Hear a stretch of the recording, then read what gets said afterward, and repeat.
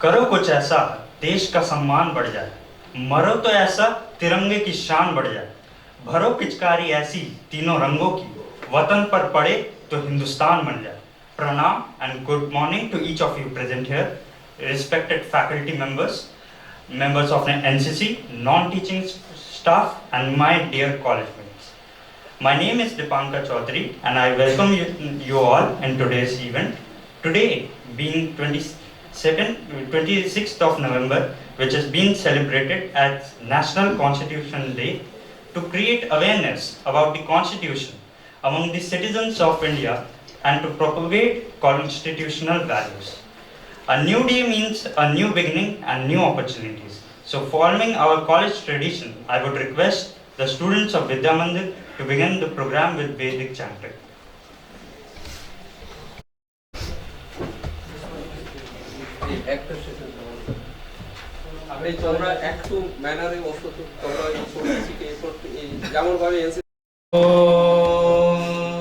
श्री गुरुभ्यो नमः हरिः ओम सहना भवतु सहनौ भुनक्तु सह वीर्यं करवावहै तेजस्विनावधीतमस्तु मा विद्विषावहै.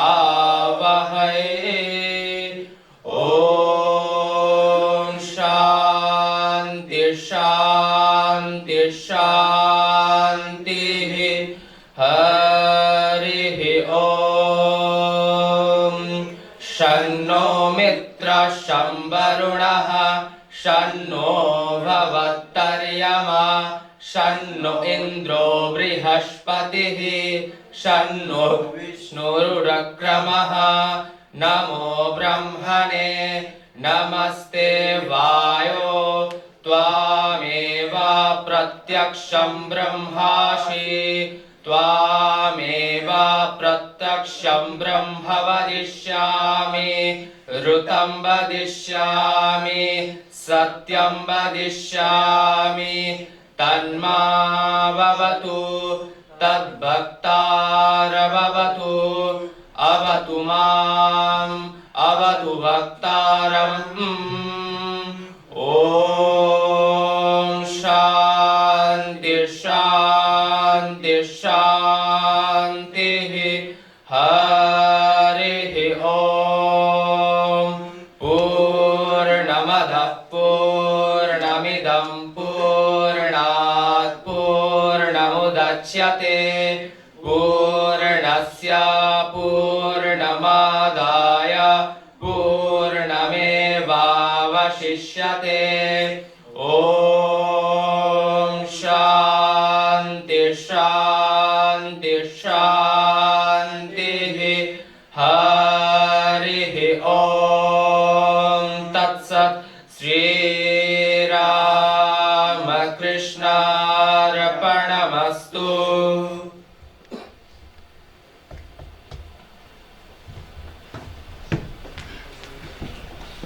As stated by Swami Vivekananda, and I quote, I am an Indian and every Indian is my brother. With this, I would like to request Swami Sarvathananda to deliver his welcome address.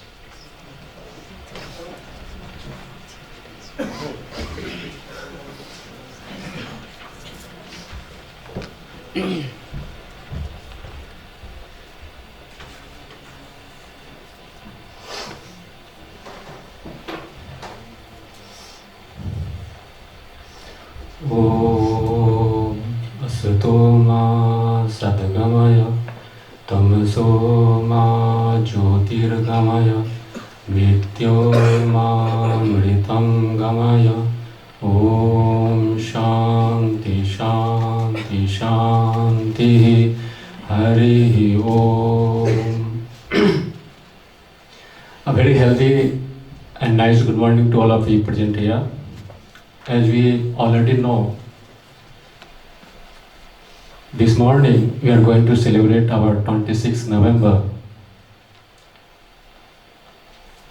because it was the day when 26 November 1949, our Constituent Assembly adopted National Constitution.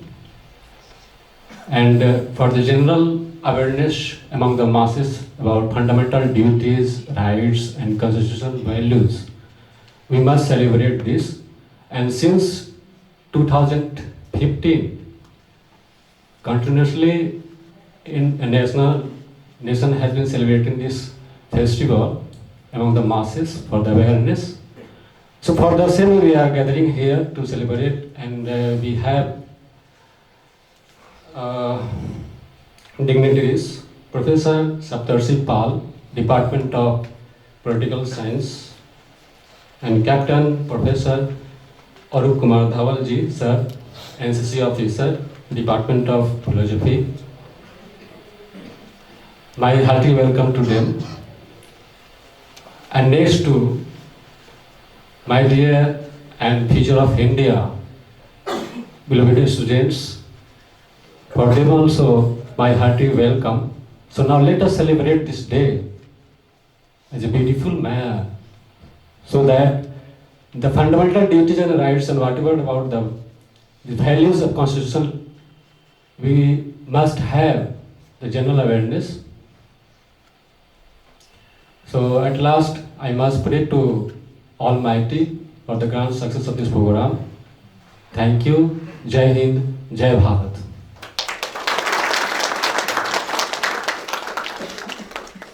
Thank you, Maharaj, for your kind word. Constitution is not a mere lawyer's document. It is a vehicle of life, and its spirit is always the spirit of age. Now, to put a light on the importance of this day, I would like to invite Dr. Saptarshi Pal, faculty member of Political Science Department.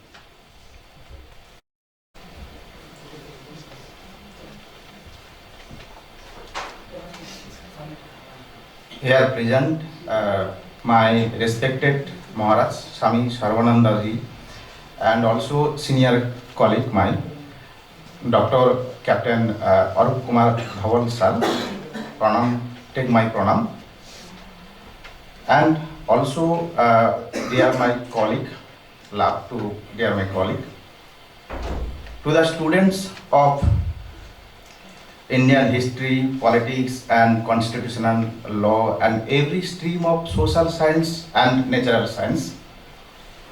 The most important event of our country since independence is the framing of our fundamental law by Constituent Assembly, which is Constitution of our country, that is adopted on today before 73 years ago, 26th November 1949. It came into full operation with effect from 26 January 1950. The Constitution as originally adopted has 22 parts, 395 articles and 8 schedules. Its present text is amended from time to time. In this context, it would be mentioned the speech of Father of nation Mahatma Gandhi as early as in 1922, when he said Swaraj will not be a free gift of the British Parliament. It will be a declaration of India's full self-expression, that it will be expressed through an act of Parliament. It's true, but it will be mere a courteous ratification of the declared wish of the people of India. The philosophy of our Constitution may be summarized as having 3 strands.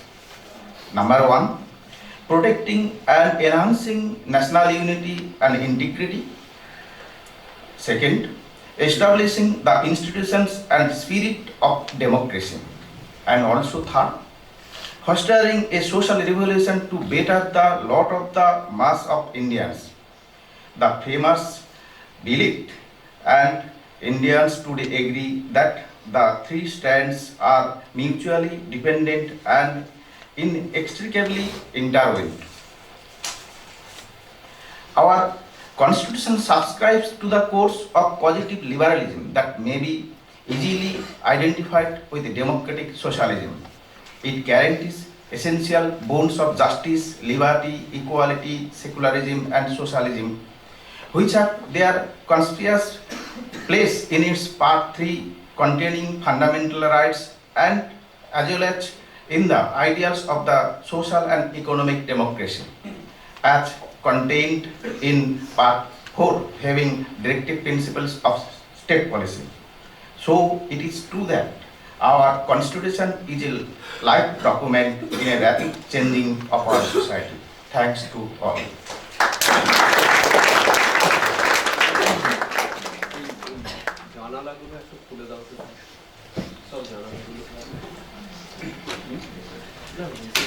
Thank you, sir, for sharing your valuable insights. हर किसी के हितों की रक्षा हो ऐसा विधान है, सबको जोड़कर रखे ऐसा भारत का संविधान है. With this, I invite Captain Dr. Arup Kumar Dhaval, NCC officer and head of Department of Philosophy, to present his opinions. My respected Maharaj Ji and my dear Shaptorshi and my dear student, just you ask yourself a question: why have you come here? Why? जानते हो क्यों आए हो इधर? किसका किसका पता है जो क्यों आए हो इधर?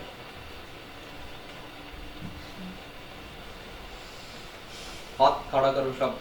किसको पता है क्यों इधर आए हो और किसको पता ही नहीं है क्यों इधर आए हो? बस आने के लिए बोला है, वैसा आ गए. Only 3, only 4 out of 150, 100 out of 107. So just you think, you are the young generation of my India. You have come here for a program, but you have no knowledge. Why I have come here? What is the tragedy? Just you think, what is the tragedy? क्या बताएंगे? जैसे मुंह दिखाओगे, जो वैसे एक programme में 100 student है, कैडेट है, मगर 4 और 5 कैडेट ही जानते हैं कि हम लोग आए. इसलिए अभी तक 75 इयर्स हो गया, ऐसे ही है पूरा.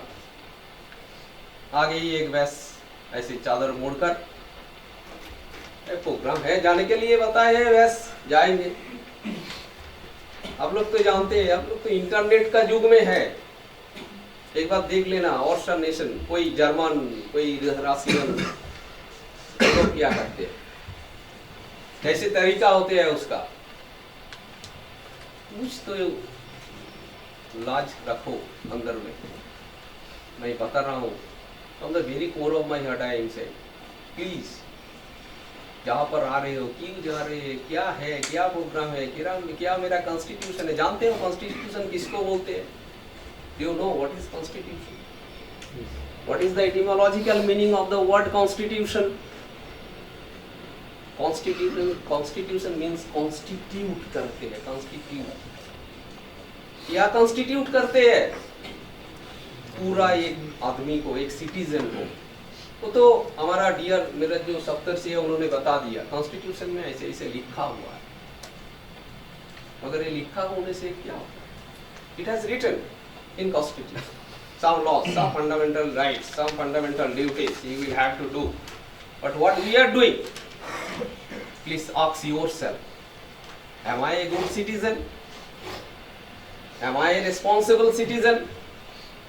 From the core of your heart you please ask yourself, then you will get the answer. कुछ तो responsible हो बेटा, नहीं तो कुछ नहीं होगा.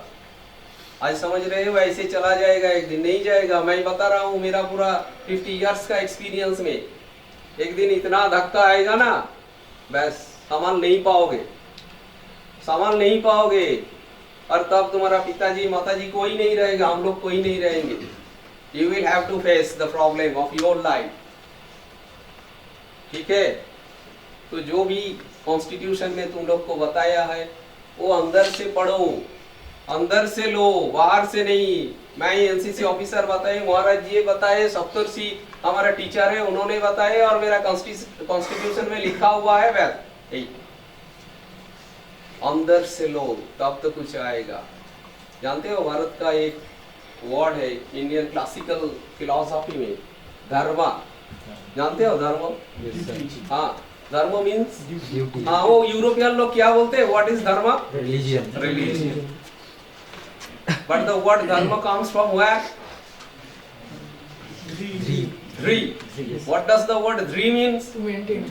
हाँ, righteousness. हाँ, धोरे रखे, to hold. Just you ask yourself, which holds me? क्या मुझको पकड़ कर रखे? हाँ, देखो एक बड़ा ऑफिसर बन गया मगर उसका कोई ठीक नहीं है। आप प्लेटो का रिपब्लिक पढ़ो, देखो उधर कैसे है, कैसे ट्रेनिंग चलते थे 3000 years ago. What was the rigorous training? वो एकेडमी में चलते थे। जो गर्जन में आएगा, जो देश चलाएगा, जो देश को बस लेकर जाएगा, उसका ट्रेनिंग कैसा होता है, पूरा आर्मी ट्रेनिंग होते हैं उस समय। 3000 years ago, Plato is saying this type of rigorous training I impart to my student who will hold the great Greece को। इसलिए ग्रीस पूरा सिविलाइजेशन का सबसे आगे यूरोप का था पहले। उन्होंने दिखाया होल यूरोप में कैसे सिविलाइजेशन होते हैं। ठीक है, हमारा देश में ही ऐसे था। और three means it holds. What holds? क्या है वो? क्या मुझको पकड़ कर रखते हैं? My duty. What is duty? Right conduct. সৎ আচরণ, সৎ কর্ম। From where? From where these duties comes? From responsibility. From where this responsibility comes? From the core of my heart. Yes. If it is external, if I impose, then it will not sustain. That will not sustain. मैंने उसको भगा दिया ना, कुछ नहीं होगा। उन्होंने जाकर उधर बस महाराज जी को बता दिया, महाराज जी मुझे तो भगा दिया एकेडी सर मुझे भगा दिया। क्यों भगा दिया? हाँ, तुमको भगा दिया, तुम तो इतने अच्छे स्टूडेंट हो, तुमको भगा दिया। क्यों भगा दिया? मैं बस एकेडी सर को फोन कर रहा हूँ, प्रिंसिपल महाराज जी फोन किया, हाँ आपने भगा दिया उसको। क्यों भगा दिया? क्यों मैंने ऐसे किया? So if I impose some laws from the external world, then it will not sustain. From where it will come? It will come from the core of my heart.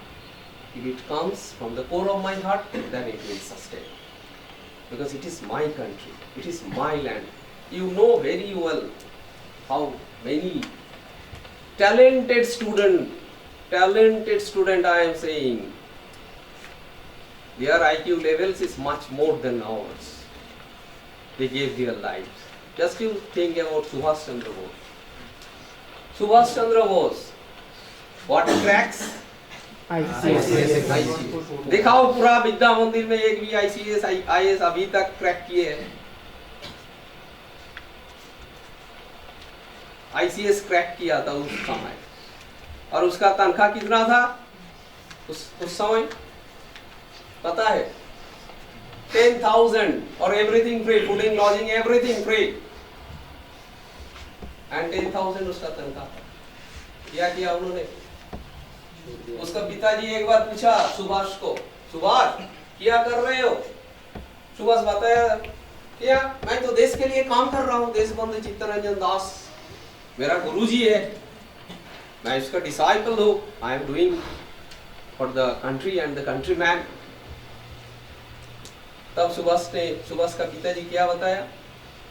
कौन तेरा ये जो बच्ची थे ना, ये बकवास कौन सुनेगा? सुभाष ने बताया नहीं सुनेगा। बोला नहीं, कोई नहीं सुनेगा तेरा बकवास, ये बकवास है। They will tell all these are bogus. तो क्या करना चाहिए? You please go. कहाँ? उधर इंग्लैंड में ICS की तैयारी करो। ICS और 4 months है, जाओ उधर। उसको बस फोन लगाया, उसको भेज दिया उधर, जाओ ICS की तैयारी करो और दिखाओ जो जनरल पब्लिक से तुम अलग हो, तुम्हारा अंदर में पोटेंशियलिटी है, उसको बस दिखाओ इस दुनिया को, इंडियन को दिखाओ। नहीं तो ये लोग समझ नहीं आएगा। उन्होंने बताया कि कॉमन पीपल है, सुभाष भी कॉमन है और मैं भी ऐसे ही हूँ, वेस्ट चादर मुड़कर आ जाए। आर्मी ट्रेनिंग लिए थे उस समय, एनसीसी का, यूटीएस का आर्मी ट्रेनिंग जब स्कॉटिश चर्च में था, इसलिए पूरा ऐसे ताकत बने। तब सुभाष उधर गए आईसीएस के लिए, आईसीएस क्रैक किया, 4th रैंक किया। इसके बाद डिसीजन लिया। क्या decision? A drastic decision he took. What is the decision? I will leave ICS. सब तो बस हैरान हो गया, सब हैरान हो गया। कौन है बेटा, कौन है ये आदमी जो आईसीएस इतना लुक्रेटिव सर्विस है उसको छोड़ रहा है? 10,000 जस्ट आज का बस तनख्वाह कितना है, बस कैलकुलेशन कर लो। कौन है ये पोटेंशियलिटी था उस लोगों को। ऐसे हम लोग का जैसे नहीं था, सब डॉक्टर था और उसका आईक्यू लेवल बिना बादल दिनेश पढ़कर देख लेना एक बार, आईक्यू लेवल कितना था, कैसे था उस लोग। ये हमारा ये जो आज हम लोग ब्रिटिश अमेरिकन कहते हैं ना, 200 years सब्जुगेशन नेशन हम लोग थे। पैर का तल में कुचल दिए थे हम लोगों को। मास्टर दागो जैसे पानिस्ट किया था ना, जैसे उसको मारा था, एक बार पढ़ लो हिस्ट्री। बोटी बोटी काट डाला, बोटी बोटी जानते हो बोटी बोटी कैसे बोलते हैं? इसको बोलते हैं, डू यू नो? बोटी बोटी काट डाला, ऐसे इधर से काटने शुरू किया, इधर इधर इधर इधर इधर इधर, बोटी बोटी काट डाला। ऐसे उसको वैस कस्टोडियन में लेकर मारा था, एक बार पढ़ लें। और एक बार अंडमान का सेलुलर जेल का जो इतिहास है उसको एक बार पढ़ लें, तब देखो पूरा तुम जाग उठोगे। तब हमारा ये कॉन्स्टिट्यूशन जो भी है इसका हिम्मत रखेगा, नहीं तो नहीं रखेगा। So please do enter yourself and ask what's my duty. Then someone will say from your core of your heart, yes, it is your duty, you should do this. And if it comes from your heart, then it will sustain. And if it does not come from your heart, if it is external, if it is imposition, that you will not sustain. You please make an examination of my words, what I am saying here in this particular day. Okay? Thank you.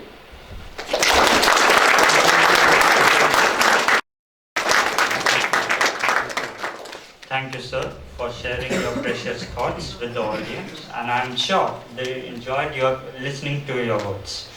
With this, I shall now invite the students of Political Science Department to read out the preamble of Indian Constitution. At first, we have Avinav Sinha, third year student, to read out the preamble in English version.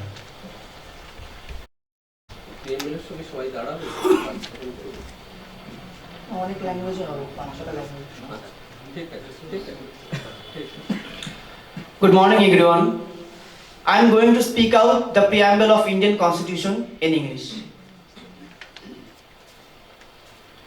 We, the people of India, having solemnly resolved to constitute India into a sovereign, socialist, secular, democratic republic, and to secure to all its citizens justice, social, economic, political, equality of status and of opportunity, liberty of thought, expression, belief and faith, and to promote among all them fraternity, assuring the dignity of the individual, the unity and the integrity of the nation. In our Constituent Assembly, this 26th November 1949, do hereby adopt, enact, and to give ourselves this Constitution. Thank you.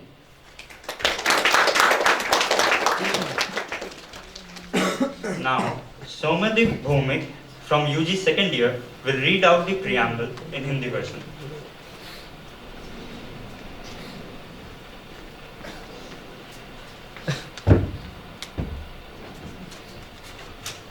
सभा में उपस्थित सभी को मेरा नमस्कार। ठाकुर माँ स्वामी जी को मेरा नमन करते हुए मैं सोमदेव भौमिक आज भारत का संविधान को हिंदी में पढ़ने जा रहा हूँ। भारत का संविधान उद्देशिका हम भारत के लोग भारत को एक संपूर्ण प्रभुत्व संपन्न समाजवादी पंथ निरपेक्ष लोकतंत्रात्मक गणराज्य बनाने के लिए तथा उसके समस्त नागरिकों को सामाजिक आर्थिक और राजनैतिक न्याय विचार अभिव्यक्ति विश्वास धर्म और उपासना की स्वतंत्रता प्रतिष्ठा और अवसर की समता प्राप्त कराने के लिए तथा उन सब में व्यक्ति की गरिमा और राष्ट्र की एकता और अखंडता सुनिश्चित करने वाली बंधुता बढ़ाने के लिए दृढ़ संकल्प होकर अपनी इस संविधान सभा में आज तारीख 26 नवंबर 1949 ईस्वी मिति मार्गशीर्ष शुक्ला सप्तमी संवत 2006 विक्रमी को एतद्वारा इस संविधान को अंगीकृत अधिनियमित और आत्मर्पित करते हैं। धन्यवाद। Now, Yashwant Karketta, you the third year student, will read out the preamble in Bengali version.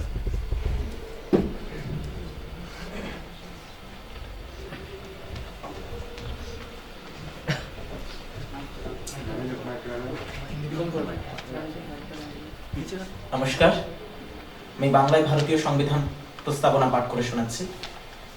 আমরা ভারতের জনগণ ভারতকে একটি সার্বভৌম সমাজতান্ত্রিক ধর্মনিরপেক্ষ গণতান্ত্রিক সাধারণতন্ত্র হিসেবে গড়ে তুলতে সত্যনিষ্ঠার সঙ্গে শপথ গ্রহণ করছি এবং তার নাগরিকের জন্য সামাজিক অর্থনৈতিক ও রাজনৈতিক ন্যায় বিচার চিন্তা মত প্রকাশ বিশ্বাস ধর্ম ও উপাসনার স্বাধীনতা মর্যাদা ও সুযোগ সুবিধার সমতা সৃষ্টি এবং তাদের সকলের মধ্যে সৌভ্রাতৃত্বের ভাব গড়ে তুলে ব্যক্তির মর্যাদা এবং জাতীয় ঐক্য ও সংহতি সুনিশ্চিত করার জন্য আমাদের গণপরিষদে আজ 1949 সালের 26 নভেম্বর এই সংবিধান গ্রহণ ও বিধিবদ্ধ করছি এবং নিজেদের অর্পণ করছি। ধন্যবাদ।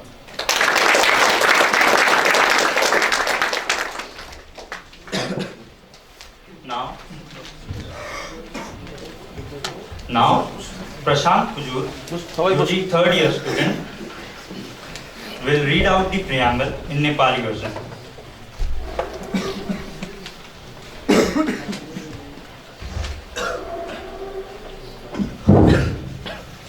नमस्कार हजुरहरूलाई, म आज हाम्रो भारतको संविधान नेपालीमा प्रस्तुत गर्न चाहन्छु। भारतको संविधान।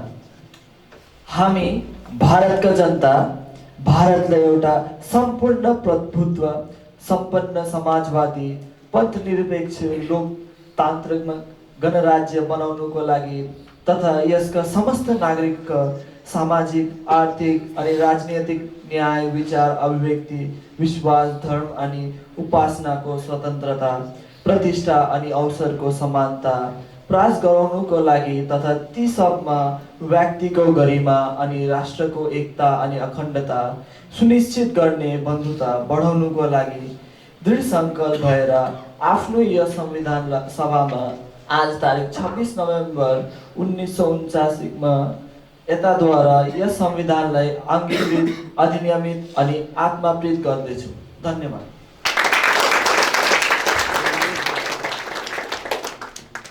At last, we have Buddheshwar Murmu from UG second year to read out the preamble in Santal.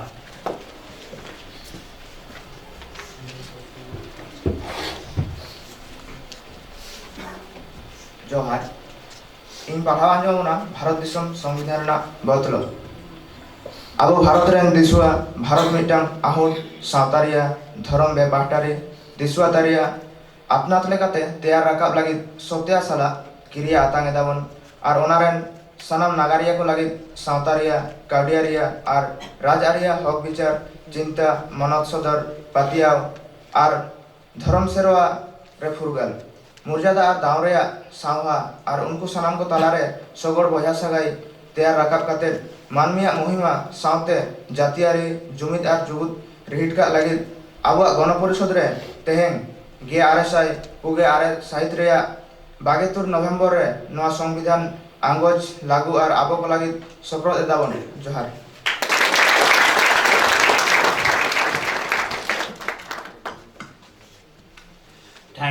Thank you to each of them for depicting the small essence of unity in the diversity of India in this stage. संविधान को पकड़कर मानवता को जानो, अधिकारों के साथ जुड़ो, कर्तव्य को पहचानो.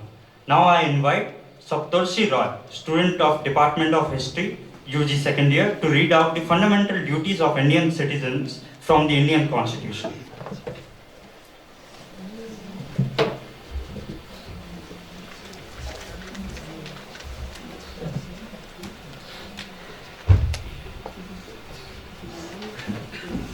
Good morning to all. Today I, Saptarshi Roy, would like to read the fundamental duties of our Indian citizens to all of you. Part 4A, Article 51A, the fundamental duties. It shall be the duty of every citizen of India, A, to abide by the Constitution and respect its ideals and institution, the national flag and the national anthem. B, to cherish and follow the noble ideals which inspired our national struggles for freedom. C, to uphold and protect the sovereignty, unity, integrity of India. D, to defend the country, to render national service when called upon to do so. E, to promote harmony and the spirit of common brotherhood amongst all people of India, transcending religion, linguistic, and regional or sectional diversities, to renounce practice of degradatory to the dignity of woman. F, to value and preserve the rich heritage of our composite culture.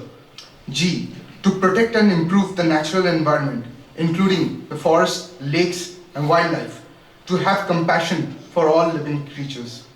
H, to develop scientific temper, humanism, and the spirit of inquiry and reform. I, to safeguard public property and to abjure violence. J, to strive towards excellence and in all spheres of individual and collective activity, so that the nation constantly rises to higher levels of endeavor and achievements. K, who is a parent or guardian to provide opportunities of education to his child, or as the case may be, ward between the age of 6 and 14 years. Thank you. Thank you, Saptarshi. Now I invite Abhishek Jana, student of Department of Political Science, UG third year, to deliver his lecture on significance of fundamental duties. A very good morning to all of you. Me, Abhishek Jana, is going to give a short speech on the relevance of fundamental duties of India. A duty can be described as an obligation that human beings have towards others as a part of the society. A person's right of living involves his duty to fellow man, to allow them the same conditions of life. Right to one person is a duty to others. Rights and duties are correlated. Lasky described the relation between rights and duties in 3 different aspects. To begin with this, it is the imperative duty of a citizen to use his rights in such a way that contributes to social regions. Secondly, the enjoyment of his rights by an individual enjoins upon him the duty to let others enjoy the same rights. Thirdly, since the state protects one's right, therefore it is the duty to perform his or her obligations towards it. The original Constitution of India contained only the fundamental rights, not the fundamental duties. The Constitution makers incorporated the duties of the state in the Constitution in the form of directive principles of state policy. Later in 1976, the fundamental duties of citizens were added in the Constitution. In 2002, one more fundamental duty was added in the Indian Constitution, which is inspired by the Constitution of erstwhile USSR. Notably, none of the constitutions of major democratic countries like USA, Canada, France, Germany, Australia, and so on specifically list of duties of citizens. Japanese constitution is the only one democratic constitution in the world which contains list of duties of citizens.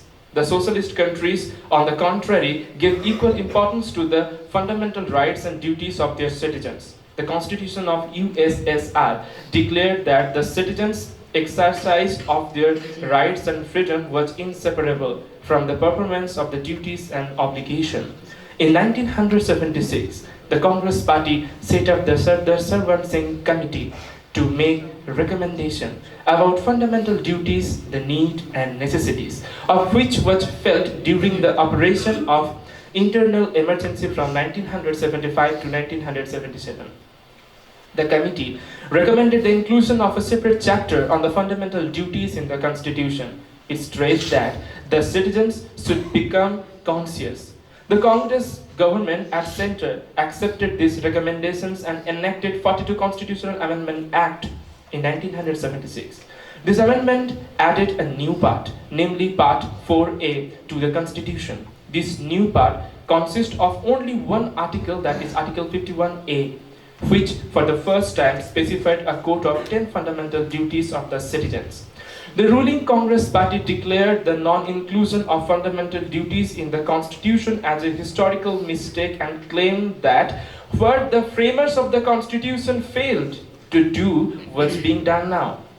Though the Sarwan Singh Committee suggested the incorporation of 8 fundamental duties in the Constitution, the 42 Constitutional Amendment Act of 1976 included 10 fundamental duties. Interestingly, certain recommendations of the committee were not accepted by the Congress party and hence not incorporated in the actual constitution of our India.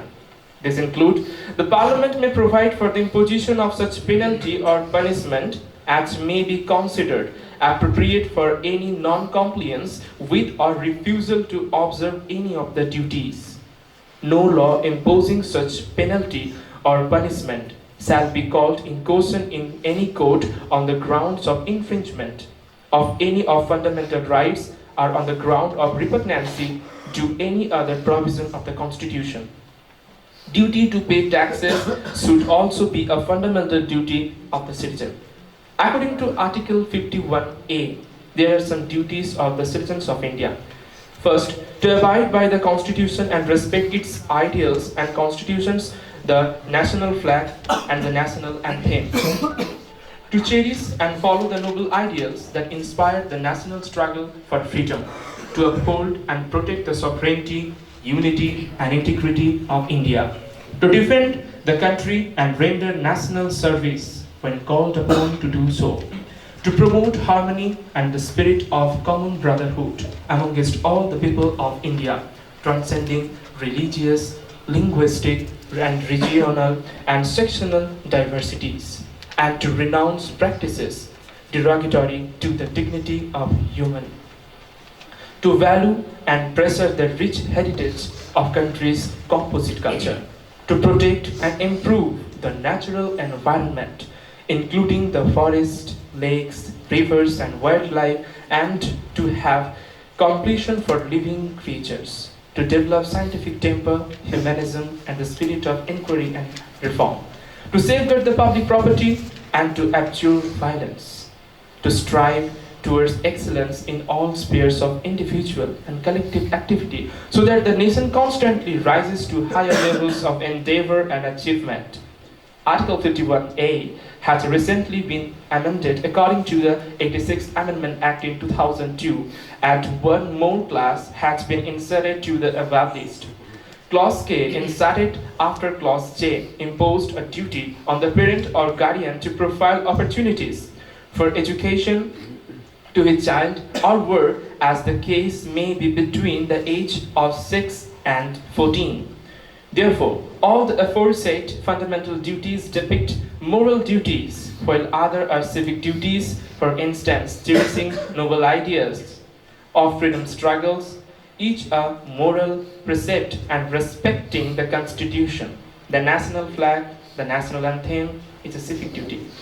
They also refer to such values which have been a part of the Indian Constitution, Indian mythology, tradition, religious culture, and practices.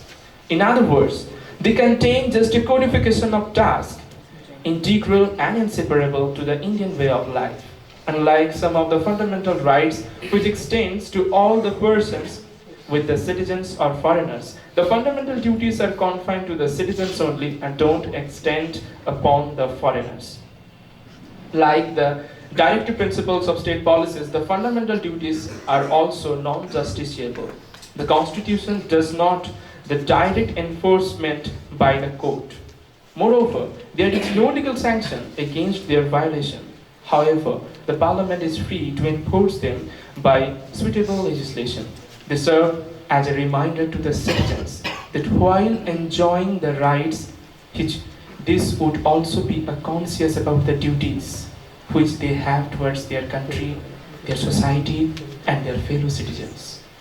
They serve as a warning against the anti-national and anti-social activities, burning the national flag, destroying public property, and so forth. They serve as a source of inspiration for the citizens and promote the sense of discipline and commitment among them. H.R. Gokhale, the then law minister, gave the following reason for incorporating the fundamental duties in the constitution after 26 years of its inauguration. In post-independent India, particularly on the eve of the emergency in June 1975, section of the people show no anxiety to fulfill their fundamental obligations of respecting the established legal order.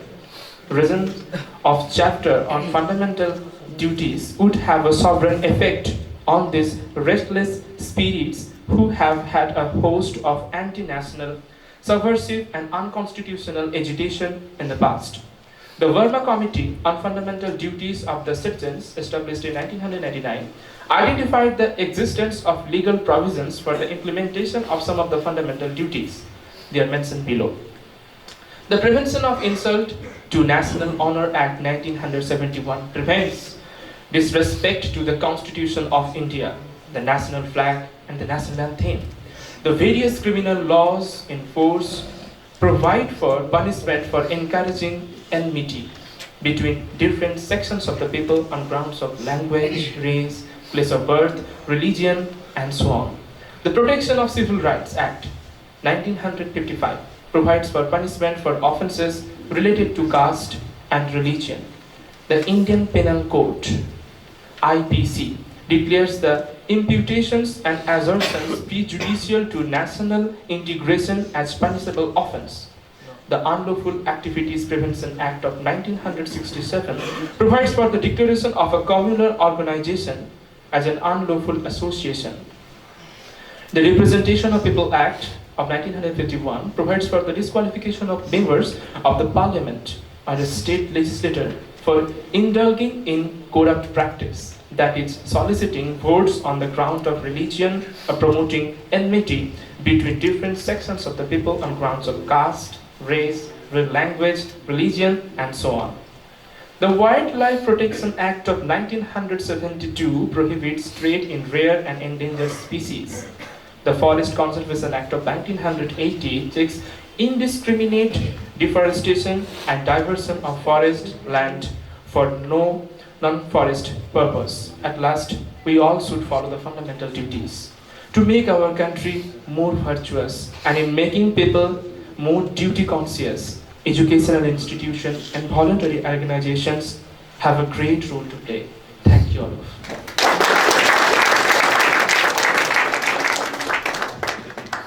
Thank you, Abhishek.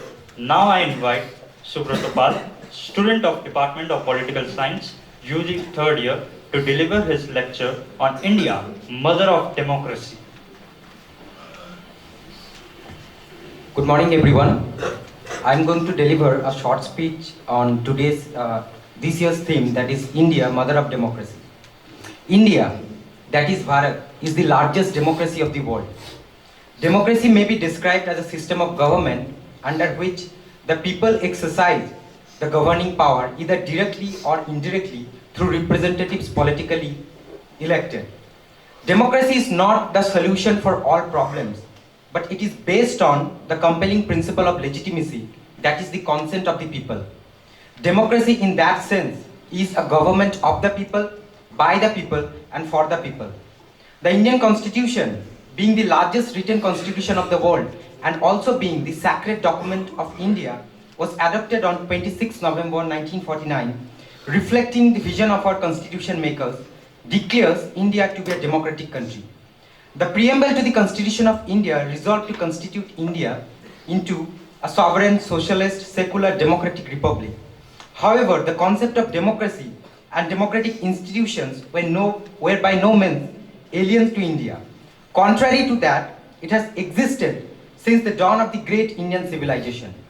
Republican form of government, representative deliberative bodies and local government institution existed in many parts of ancient India, and democratic thinking and practices permeated in different aspects of the life of the people right from the Vedic age. The early Indian political scholar Kautila has excellently portrayed the political attitude of ancient India in his work Arthashastra. The social order based on Varna system provided the functional basis of political decision making, which had to resolve the principle of dharma. Manusmriti, Buddhist and Pali literature, Jaina treatises also confirm the picture of widespread republicanism. The concept of Gram Sabha and welfare state was also prevalent in Shanti Parva in Mahabharata and Bhagavad Gita.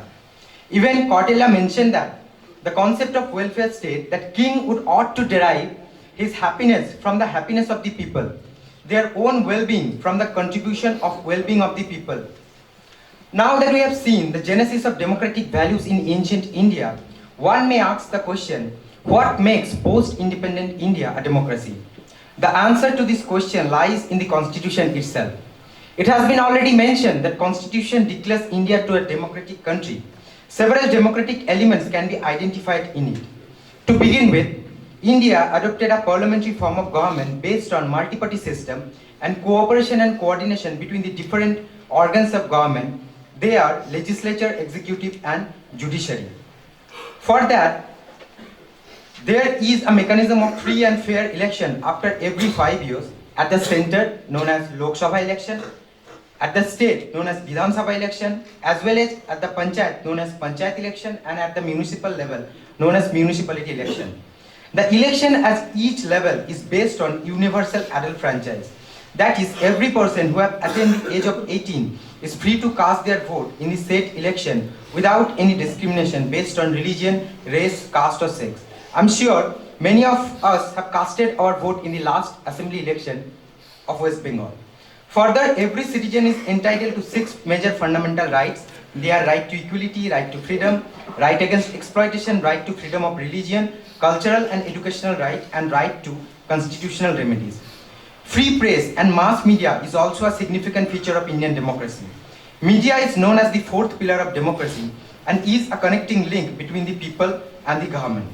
In addition to that, at the grassroots level, democracy is strengthened through organization of 3-tier Panchayati Raj institution, the Gram Panchayat, Panchayat Samiti and Jila Parishad in case of rural areas, and in case of urban areas, Nagar Panchayat, Municipal Council and Municipal Corporation is organized for the same purpose.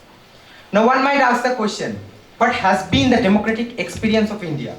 Let us find an answer to that. The first democratic government of India was formed after the general election of 1950 and 51, in which Indian National Congress won unanimously and Jawaharlal Nehru became the first Prime Minister of India. Indian National Congress served till 1977, nearly 4 decades after independence. This is due to the fact that India is an increasingly diverse nation with many regional variation, religion, languages, and some external observers of India expected that the country would break up as a result. However, Congress managed these differences effectively, redrawing state boundaries along linguistic line and forming a coalition of regional power brokers. From the first Lok Sabha in 1951 till today, total 17 Lok Sabha have been formed. Sometimes a single party owned the majority and sometimes the majority needed a coalition. Further, several other parties than Congress has emerged in the state. For example, CPIM and TMCP in West Bengal, BJP and BSP in Uttar Pradesh, DMK and AIDMK in Tamil Nadu, etc. Over the years, Indian state has become a welfare state because of its developmental and inclusive policies like Garibi Hatao, Jawahar Rozgar Yojana, Mahatma Gandhi National Rural Employment Guarantee Act, Sarva Shiksha Abhiyan, etc. However, India apparently seems to be a very simple and successful democracy sustaining for the last 72 or perhaps last 75 years, but things aren't as simple as it seems. The democratic development of India revolved around caste, class, religion, ethnicity, language, culture. However, India has been successful in bringing a consensus among various and between these elements. This is explained by the fact that when our neighbors like Pakistan and Afghanistan are victims of military dictatorship and Taliban regime, India continues its democratic journey towards time immemorial. This is what makes Indian democracy so special. No democracy in the world is as heterogeneous as India. What can be concluded is that though we have come a long way, we have miles to go. There are challenges, obviously, the challenges of poverty, hunger, underdevelopment and terrorism. These challenges need to be successfully tackled in the future with efficient policy making, and for that each of us has to contribute in whatever way we can towards building the nation. And then only we can cherish the democratic values that our constitution maker envisioned.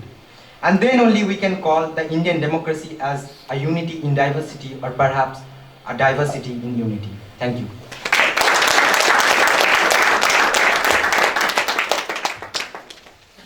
Thank you, Subrato, for sharing your valuable insights. Now I request Swami Mahapragyananda, Principal of Ramakrishna Mission Vidya Mandir, to deliver the vote of thanks.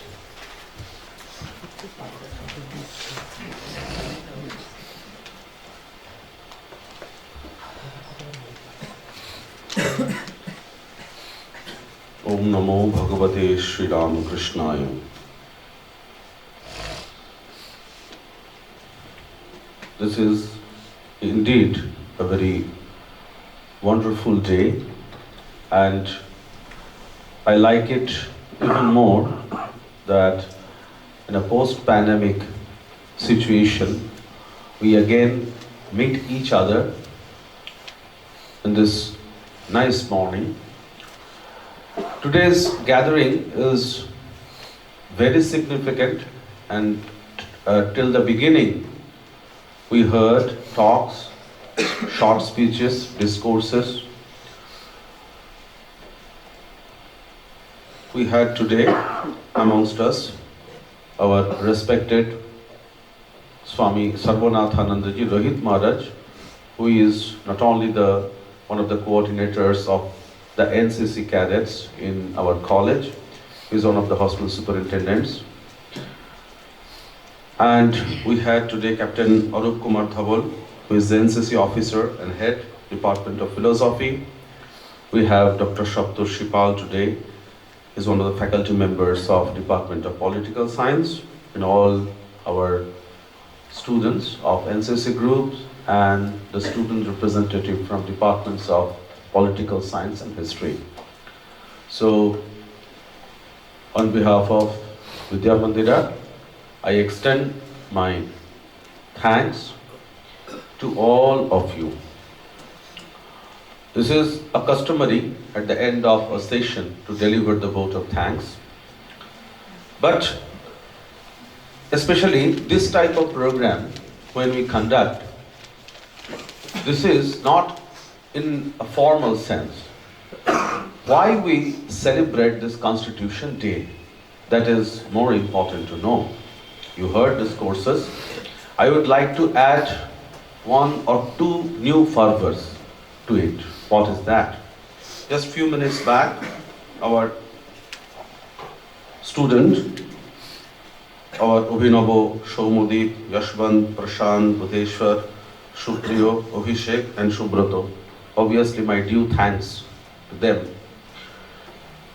Subrato concluded with a word that the sovereignty, the right to perform acts, it may be religious, it may be social, this right to perform the particular act is given a very high esteem in our Constitution. In the preamble, we find it is being written that it begins in that way. We, the citizens of India. And what is accepted there? That the right to do all the fundamental acts according to the nature, caste, creed and religion is the fundamental things in Indian Constitution. I would like to add, this idea dates back more thousands of years back. I think you all are the future makers of this country. You should know where from it comes.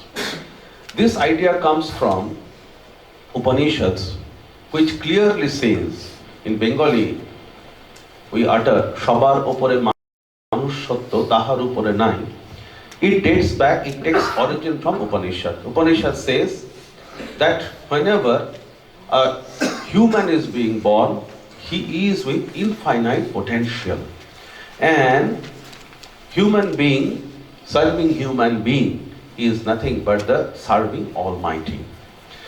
And this is that particular knowledge where human being as human birth is given the highest esteem, because in this life, human birth, human life itself, there is the best possibility, best potential to achieve the summum bonum of human life, that is self-realization, Atma, Mukti or Moksha. So from that, this idea is taken that first is human being, humanity. Then comes what religion, what caste, what creed, what denomination he or she belongs. So this is the idea. Human being, the right of human being is given the most or the prime importance in our constitution. So that is the Indian heritage, and we always say that the future India will stand upon, Swami Vivekananda also mentioned, that the future of India even more brighter than what it has. So he was a prophet and pathfinder. We know that his word cannot be, false. So with that hope, once again, I thank all the teachers, all the students and our non-teaching staff members for gathering here today. And once again, our humble pranam, our reverence to our Mother India, and of course our reverence to the Indian Constitution, which is considered one of the, not only the highest or one of the best constitution system in the world. Thank you very much. Thank you, Maharaj, for your kind words. And I thank everyone for being patient listeners. With this, we conclude today's program. I would request everyone to kindly rise for the national anthem.